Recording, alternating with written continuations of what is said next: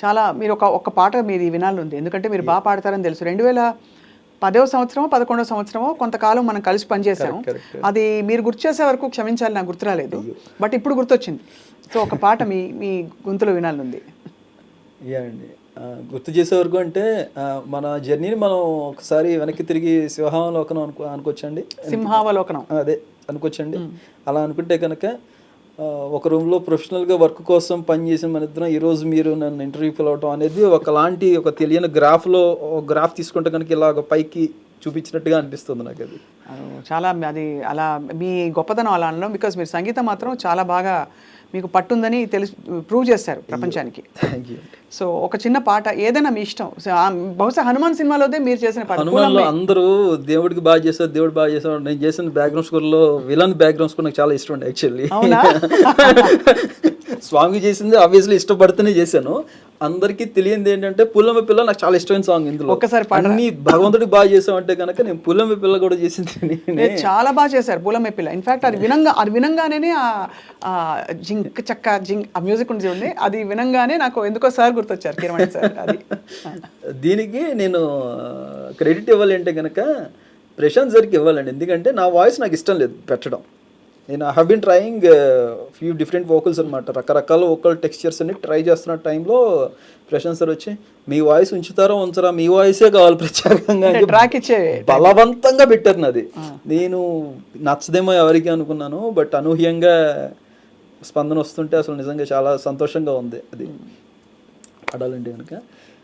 పూలమ్మే పిల్ల గుండెను ఇల్లా దండగా అల్లా పూలమ్మే పిల్ల అమ్మాయి జల్లో చేరేది ఎల్లా పూలమ్మే పిల్ల మూరేడు పూలే మారాణికివే చారెడు చెంపల్లే సూర్యుడై పూసేలే ఎర్రగ కందలే నున్నని బుగ్గలే హో పూలమ్మే పిల్ల అమ్మాయి జల్లో చేరేది ఎల్లా పూలమ్మే పిల్ల గుండెను ఎల్లా దండగా అల్లా పూలమ్మే పిల్ల. అద్భుతంగా ఉంది. అసలు విబ్రాటో ఎంత బాగుందండి మీ గొంతులో.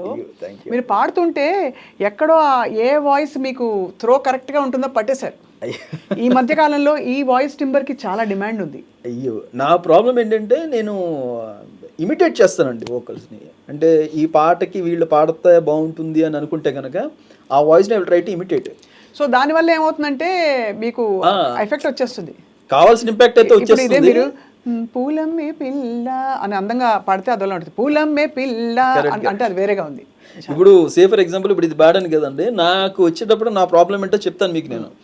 ఇప్పుడు శివాజీ సినిమాలో సాంగ్ తీసుకున్నాను అనుకోండి, ఒక బండి సన్ లైట్ ఒక బండి మూన్ లైట్ కలిపితే వచ్చాయి కలరైగా నా white. I will try to imitate the vocal అండి according to the tune.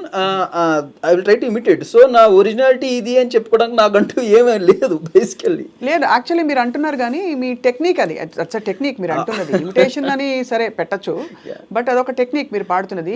But in whatever the text I try to imitate, అది నేను ఫీల్ అవుతూ హానెస్ట్గా అటెంప్ట్ చేయడానికి ట్రై చేస్తాను. జానకమ్మ గారే చెప్పారండి చాలాసార్లు, దట్ బాలు గారు చెప్పారు ఈ విషయం గురించి మాట్లాడుతూ. జానకమ్మ గారు పెద్దవాళ్ళకి ఇలా పాడతాను, చిన్నపిల్లలకి ఇలా పాడతాను అని చెప్పారు. అలా మీ వాయిస్ ని మీరు మారుస్తున్నారు. అయ్యో, మీరు పెద్ద పెద్ద పోలికలు తీసుకుంటున్నారు. వాళ్ళు మహానుభావులు వాళ్ళ అడుగుజాడల్లో అనేది మిమ్మల్ని నేను అలా అంటే వాళ్ళ రెఫరెన్స్ తీసుకోవడం కదా. ఐఎమ్ జస్ట్ సేయింగ్ దట్ ఇదొక టెక్నిక్ ఆఫ్ సింగింగ్.